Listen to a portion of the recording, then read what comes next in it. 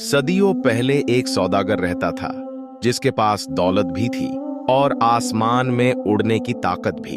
उसका नाम था हारिस बिन जाफर। एक ऐसा आदमी जिसे लगता था कि अब उसे कोई नहीं रोक सकता। जब लोग सजदे में सिर झुका रहे थे, वह आसमान से उन्हें देखकर हंस रहा था। लेकिन उसे क्या पता था कि उसकी किस्मत का फैसला करने वाली है एक छोटी सी चींटी। एक पल में उसकी जादुई ताकत खत्म हो गई और वह गिर पड़ा एक रहस्यमयी रेगिस्तान में, जहां उसका सामना हुआ विशालकाय चींटियों की दुनिया से। उनकी रानी ने कहा, अगर जिंदा जाना चाहते हो तो तुम्हें अपने घमंड को इस रेत पर घिसना होगा। 1 मील तक तपती रेत पर रेंगते हुए, मुंह में सिर्फ एक शक्कर का दाना लेकर, और हर कदम पर उसके पाप उसका पीछा कर रहे थे। क्या एक घमंडी इंसान सच में बदल सकता है? क्या तौबा से इंसान की तकदीर बदल जाती है? जानने के लिए देखिए पूरी कहानी। सदियों पहले की बात है। उस समय दमिश्क के बाजारों में इत्र की खुशबू, रेशम की चमक और किस्सा गोई की आवाजें गूंजती रहती थीं। उसी शहर में एक बहुत अमीर सौदागर रहता था जिसका नाम हारिस बिन जाफर था। हारिस के पास दौलत की कोई कमी नहीं थी। उसके गोदाम सोने चांदी, हीरे जवाहरात और कीमती रेशम से भरे रहते थे। शहर के लोग कहते थे कि अगर हारिस चाहे तो आधा शहर खरीद सकता है। लेकिन जितनी बड़ी उसकी दौलत थी, उससे भी बड़ा उसका घमंड था।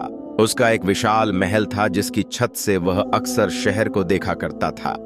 जब लोग मेहनत करते, बाजारों में सौदे करते या मस्जिद की ओर जाते, तो हारिस उन्हें तुच्छ समझकर मुस्कुरा देता। वह अक्सर कहता, इस दुनिया में ताकत सिर्फ पैसे की होती है। जिसके पास दौलत है वही असली बादशाह है। उसके महल में दुनिया भर से लाए गए अनोखे खजाने थे। यमन की तलवारें, मिस्र के शीशे, फारस के कालीन और दूर देशों के कीमती पत्थर। लेकिन इन सब में उसे सबसे ज्यादा घमंड एक जादुई चोगे पर था। कहा जाता था कि यह चोगा एक रहस्यमयी दरवेश ने बुना था। अगर कोई इसे पहनकर दुआ पढ़े तो वह हवा में उठकर दूर दूर तक सफर कर सकता था। एक बार वही बूढ़ा दरवेश हारिस के दरबार में आया था। वह साधारण कपड़ों में था और बहुत थका हुआ दिख रहा था। उसने हारिस से सिर्फ थोड़ा सा पानी और खाना मांगा, लेकिन हारिस ने उसे तुच्छ समझा। उसने अपने नौकरों से कहा, इस फकीर को मेरे सामने से हटा दो, मेरा समय कीमती है। नौकरों ने दरवेश को धक्के देकर बाहर निकाल दिया। दरवेश ने जाते जाते हारिस की ओर देखा और शांत आवाज में कहा, ए दौलत पर घमंड करने वाले इंसान, जिस ऊंचाई पर तू जाना चाहता है, वहां पहुंचकर भी तुझे अपनी असली औकात समझ आएगी। हारिस जोर से हंसा। उसे लगा यह एक गरीब आदमी की बेबस बात है। कुछ दिनों बाद एक अजीब घटना हुई। एक सुबह जब हारिस अपने महल के सिंहासन कक्ष में आया, तो उसने देखा कि वही जादुई चोगा उसके सामने रखा हुआ है। उसने जैसे ही उसे पहना और दुआ पढ़ी, उसका शरीर धीरे धीरे हवा में उठने लगा। वह आसमान में उड़ रहा था। अब हारिस और भी घमंडी हो गया। वह अक्सर आसमान में उड़कर शहर के ऊपर से गुजरता और नीचे लोगों को देखता। उसे लगता कि वह अब इंसानों से ऊपर हो गया है। एक दिन जुम्मे की सुबह थी। सूरज की रोशनी शहर की मीनारों पर पड़ रही थी और मस्जिदों से अजान की आवाज गूंज रही थी। लोग नमाज के लिए जा रहे थे। लेकिन उसी समय हारिस अपने महल की छत पर खड़ा था। उसने जादुई चोगा पहना और फिर आसमान की ओर उड़ गया।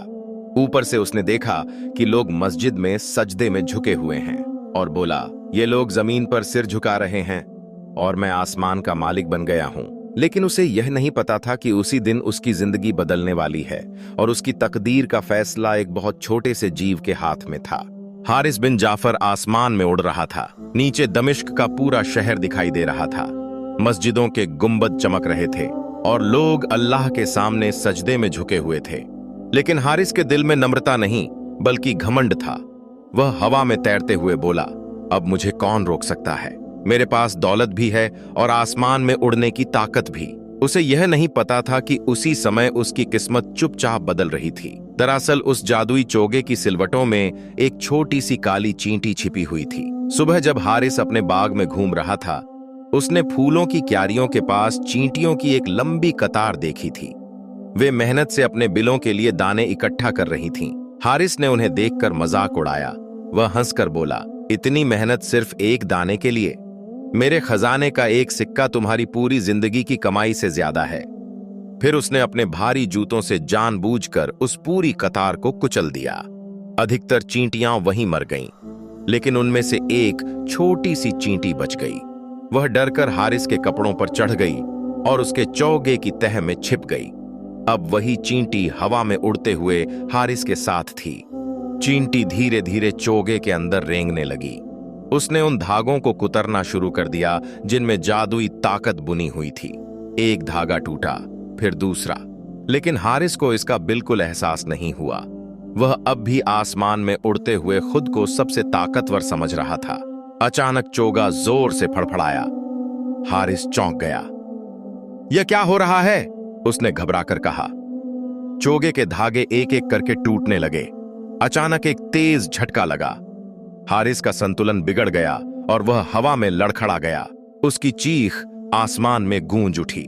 कुछ ही पल में जादुई चोगा अपनी ताकत खो बैठा और दोनों तेजी से नीचे गिरने लगे। वे दूर दक्षिण की ओर उड़ते हुए एक अजीब और वीरान इलाके में जा गिरे। वह जगह किसी अजीब रेगिस्तान जैसी थी। चारों ओर सिर्फ धूल और रेत थी, लेकिन थोड़ी दूर पर एक नखलिस्तान दिखाई दे रहा था।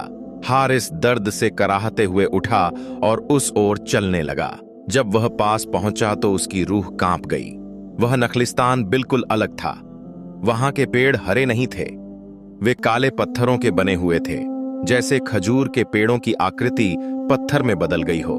पानी का चश्मा भी अजीब था। वह साफ नहीं बल्कि गहरा लाल दिख रहा था, जैसे उसमें खून या आग बह रही हो। हवा में अजीब सी सनसनाहट थी। हारिस डर गया। उसने जोर से चिल्लाकर कहा, क्या यहां कोई है? मैं हारिस बिन जाफर हूं, दमिश्क का सबसे अमीर सौदागर। जो मुझे यहां से निकाल देगा उसे मैं सोने का पहाड़ दे दूंगा। अचानक एक गूंजती हुई आवाज चारों तरफ से सुनाई दी। ए इंसान, यहां सोना नहीं, सिर्फ कर्म की कीमत होती है।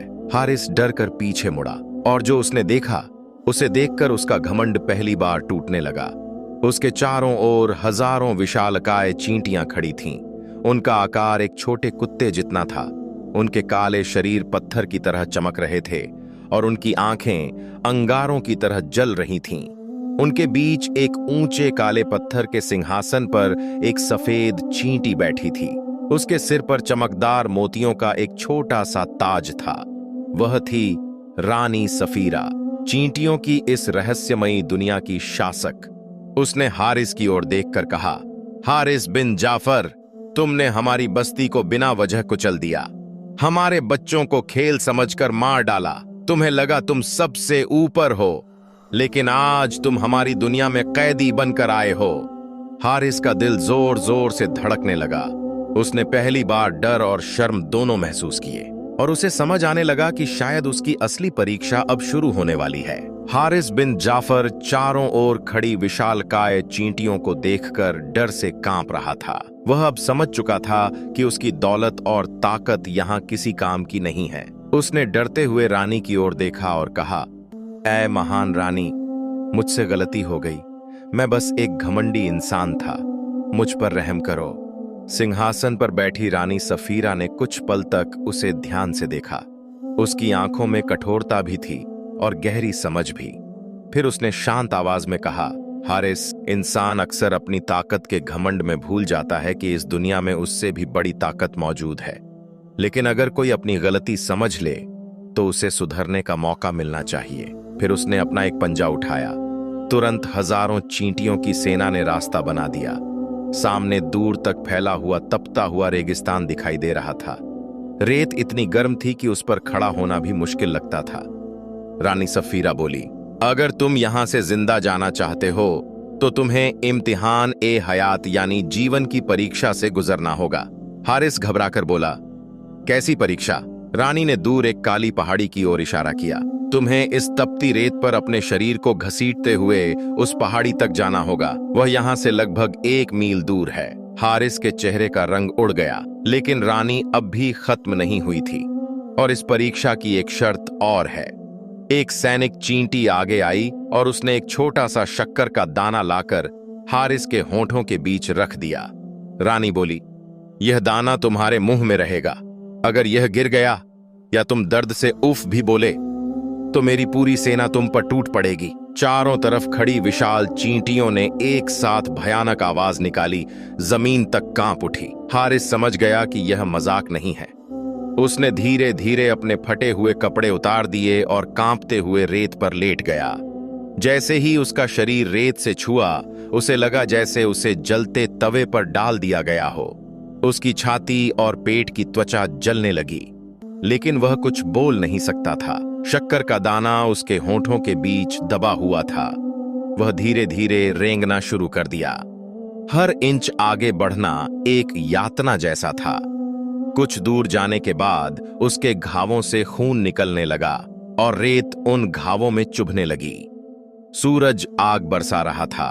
उसी समय उसे एक हल्की सी आवाज सुनाई दी। वह आवाज जमीन के एक छोटे से छेद से आ रही थी।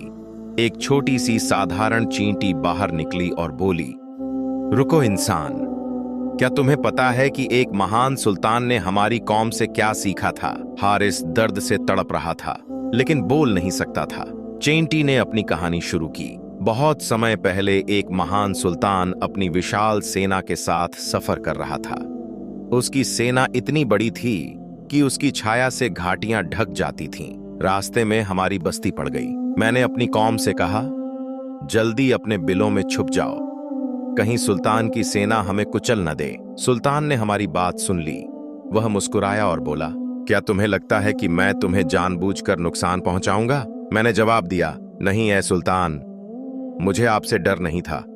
मुझे डर इस बात का था कि कहीं मेरी कौम आपकी ताकत और शान देखकर अपने असली मालिक को याद करना न भूल जाए। यह कहानी सुनते ही हारिस की आंखों में आंसू आ गए। उसे समझ आने लगा कि उसकी सबसे बड़ी गलती घमंड थी, लेकिन उसकी परीक्षा अभी खत्म नहीं हुई थी। वह रेंगते हुए आगे बढ़ता गया। उसका शरीर लहूलुहान हो चुका था। अचानक उसे रास्ते में एक टूटी हुई पत्थर की मूर्ति का सिर दिखाई दिया। जैसे ही वह उसके पास से गुजरा, उस पत्थर से एक धीमी आवाज निकली, ए इंसान, क्या तुम जानते हो मैं कौन हूं? हारिस ने कमजोर आंखों से उसकी ओर देखा। आवाज फिर आई, मैं एक महान मूर्तिकार का बनाया हुआ आखिरी काम हूं। उस कलाकार को अपने हुनर पर इतना घमंड हो गया था कि वह कहने लगा, मैंने ऐसी मूर्ति बना दी है जो खुदा की रचना जैसी है। लेकिन एक दिन एक दरवेश ने उससे कहा, अगर तुम इतने महान हो तो इसमें जान क्यों नहीं डाल देते? कलाकार ने उसका मजाक उड़ाया, लेकिन उसी रात एक भूकंप आया और वह कलाकार अपनी ही बनाई मूर्ति के नीचे दबकर मर गया। यह सुनकर हारिस का दिल कांप गया। उसे एहसास हुआ कि इंसान का हर हुनर, हर ताकत सिर्फ ऊपर वाले की देन है। उसका घमंड धीरे धीरे टूटता जा रहा था। अब वह लगभग आधा रास्ता पार कर चुका था, लेकिन अभी भी उसे काली पहाड़ी तक पहुंचना था और वहां उसकी जिंदगी का सबसे बड़ा सच उसका इंतजार कर रहा था। हारिस बिन जाफर अब तक आधे से ज्यादा रास्ता तय कर चुका था। उसका पूरा शरीर जख्मों से भर चुका था। गर्म रेत उसके घावों में चुभ रही थी, लेकिन फिर भी वह रुक नहीं सकता था। उसके होंठों के बीच रखा शक्कर का दाना अभी भी सुरक्षित था। वह धीरे धीरे रेंगता हुआ आगे बढ़ रहा था। अब उसके शरीर में इतनी ताकत भी नहीं बची थी कि वह दर्द महसूस कर सके। अचानक उसकी नजर रेत में आधा दबे एक पुराने लोहे के संदूक पर पड़ी। संदूक जंग लगा हुआ था और उस पर धूल जमी हुई थी, लेकिन उसके ढक्कन पर एक नाम लिखा हुआ था, कासिम। यह नाम देखते ही हारिस का दिल जोर से धड़कने लगा। कासिम उसका बचपन का दोस्त था। दोनों ने साथ मिलकर व्यापार शुरू किया था। शुरू में दोनों बराबरी से मेहनत करते थे और मुनाफा भी बराबर बांटते थे, लेकिन जब व्यापार बड़ा हुआ तो हारिस के दिल में लालच आ गया। उसने हिसाब किताब अपने हाथ में ले लिया और धीरे धीरे सारा मुनाफा खुद रखने लगा। एक दिन उसने कासिम से झूठ कहा, हमारा व्यापार घाटे में चला गया है, अब हमारे पास कुछ नहीं बचा। कासिम ने उस पर भरोसा कर लिया। वह कर्ज में डूब गया और धीरे धीरे उसकी जिंदगी बर्बाद हो गई। कुछ ही समय बाद कासिम की मौत हो गई। हारिस ने कभी पीछे मुड़कर नहीं देखा, लेकिन आज उसी रेगिस्तान में वही नाम उसके सामने था। अचानक उस संदूक से एक हल्का सा धुंधला साया बाहर निकला। वह कासिम की रूह थी। साया धीमी आवाज में बोला, हारिस, क्या तुम्हें याद है जब हमने साथ मिलकर अपना पहला कारवां भेजा था? हारिस की आंखों से आंसू बहने लगे, लेकिन वह कुछ बोल नहीं सकता था। कासिम की रूह फिर बोली, मैंने तुम पर भरोसा किया था। मैंने अपनी सारी पूंजी तुम्हें सौंप दी थी, लेकिन तुमने मुझे धोखा दिया। तुमने मेरी मेहनत का हक छीन लिया और मेरी जिंदगी बर्बाद कर दी।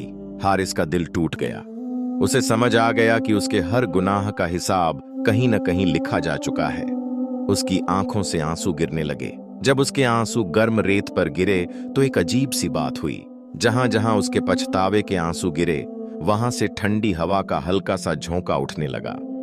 उस ठंडी हवा से उसके घावों को थोड़ी राहत मिलने लगी।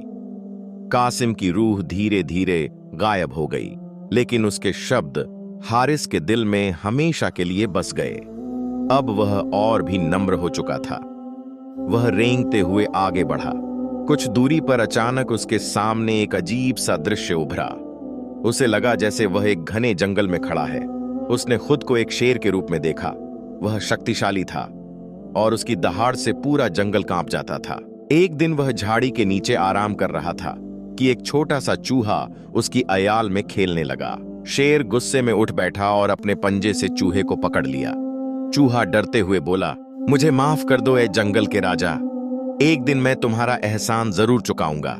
शेर जोर से हंसा, तू जैसा छोटा जीव मेरा क्या भला करेगा? लेकिन उसने दया दिखाते हुए चूहे को छोड़ दिया। कुछ दिनों बाद वही शेर शिकारी के जाल में फंस गया। वह जितना छटपटाता, जाल उतना ही कसता जाता। तभी वही छोटा चूहा वहां आया। उसने अपने नन्हे दांतों से जाल के मोटे धागों को कुतरना शुरू किया। काफी मेहनत के बाद जाल टूट गया और शेर आजाद हो गया। चूहे ने मुस्कुराकर कहा, देखा, इस दुनिया में कोई भी इतना छोटा नहीं होता कि किसी के काम न आ सके। यह दृश्य धीरे धीरे गायब हो गया। हारिस समझ चुका था कि उसने हमेशा छोटे और कमजोर लोगों को तुच्छ समझा था, लेकिन अब उसका दिल पूरी तरह बदल चुका था। वह अपनी बची हुई ताकत जुटाकर रेंगता हुआ आगे बढ़ा। हारिस बिन जाफर आखिरकार उस काली पहाड़ी के पास पहुंच गया। उसका शरीर पूरी तरह थक चुका था। वह लहूलुहान था और उसकी सांसें तेज चल रही थीं, लेकिन उसके होंठों के बीच रखा शक्कर का दाना अभी भी सुरक्षित था। उसने धीरे से अपना सिर पहाड़ी के ठंडे पत्थर पर टिकाया और आंखें बंद कर लीं। उसी क्षण अचानक हवा में एक तेज चमक फैल गई। जब हारिस ने आंखें खोलीं तो उसने देखा कि उसके सामने फिर से वही विशाल सेना खड़ी थी। हजारों विशालकाय चींटियां उसे घेर कर खड़ी थीं। उनके बीच अपने काले पत्थर के सिंहासन पर रानी सफीरा खड़ी थी, लेकिन इस बार उसकी आंखों में पहले जैसा क्रोध नहीं था। उनमें एक शांत चमक थी। रानी सफीरा धीरे से बोली, हारिस बिन जाफर, तुमने वह कर दिखाया जो कोई घमंडी इंसान नहीं कर पाता। तुमने सिर्फ अपने शरीर को नहीं बल्कि अपने अहंकार को भी इस रेत पर घिस दिया है। हारिस ने कांपते हुए अपने होंठ खोले और शक्कर का दाना जमीन पर रख दिया। उसकी आवाज बहुत कमजोर थी। वह बोला, ऐ रानी, अब मुझे उस जादुई चोगे की जरूरत नहीं है। वह मेरे घमंड की निशानी थी। मुझे अब समझ आ गया है कि इस दुनिया में असली ताकत इंसान की नहीं बल्कि अल्लाह की है। मैंने जो गुनाह किए हैं उनके लिए तौबा करता हूँ। कुछ पल के लिए वहां पूरी खामोशी छा गई। फिर रानी सफीरा मुस्कुराई। यह मुस्कान दया से भरी हुई थी। वह बोली, जब इंसान अपने गुनाह को सच्चे दिल से मान लेता है तभी उसकी तौबा कबूल होती है। इतना कहते ही उसने अपना पंजा हवा में उठाया। अचानक एक तेज सफेद रोशनी चारों ओर फैल गई। रेगिस्तान, काली पहाड़ी, विशाल चींटियां, सब कुछ उस रोशनी में गायब हो गया। जब हारिस ने दोबारा आंखें खोलीं तो वह खुद को शहर की एक पुरानी मस्जिद के दरवाजे पर पड़ा हुआ पाया। वह फिर से दमिश्क में था। सूरज ढल रहा था और लोग मगरिब की नमाज के लिए मस्जिद की ओर जा रहे थे। उसके शरीर पर अब कोई घाव नहीं था, लेकिन उसके दिल में उस यात्रा की याद हमेशा के लिए बस चुकी थी। उसने धीरे से उठकर वुजू किया और मस्जिद के अंदर चला गया। उस दिन उसने पहली बार पूरी विनम्रता के साथ सजदे में अपना माथा जमीन पर रखा। वह सजदा सिर्फ एक रस्म नहीं था, बल्कि उसके दिल की सच्ची तौबा थी। उस दिन के बाद शहर के बाजारों में हारिस बिन जाफर का नाम धीरे धीरे गायब हो गया। लेकिन लोगों ने एक नई बात देखी। शहर में एक साधारण दरवेश रहने लगा था। वह गरीबों की मदद करता, बच्चों को नेकी की कहानियां सुनाता और लोगों को घमंड से बचने की सलाह देता। जब कोई उससे उसके अतीत के बारे में पूछता तो वह बस मुस्कुरा देता और कहता, मैं वह इंसान था जो घमंड में अंधा हो गया था। लेकिन मैंने यह सीख लिया है कि सबसे बड़ी ऊंचाई आसमान में उड़ने से नहीं, बल्कि सजदे में झुकने से मिलती है। और कहते हैं कि उस दरवेश की छोटी सी कोठरी में रोज चींटियों की एक कतार आती जाती रहती थी। वह हर दिन उनके लिए जमीन पर शक्कर के दाने बिखेर देता था। शायद यह उसकी शुक्रगुजारी थी, या फिर एक याद दिलाने वाली बात कि इस दुनिया में कोई भी इतना छोटा नहीं होता कि वह एक घमंडी इंसान को सही रास्ता न दिखा सके।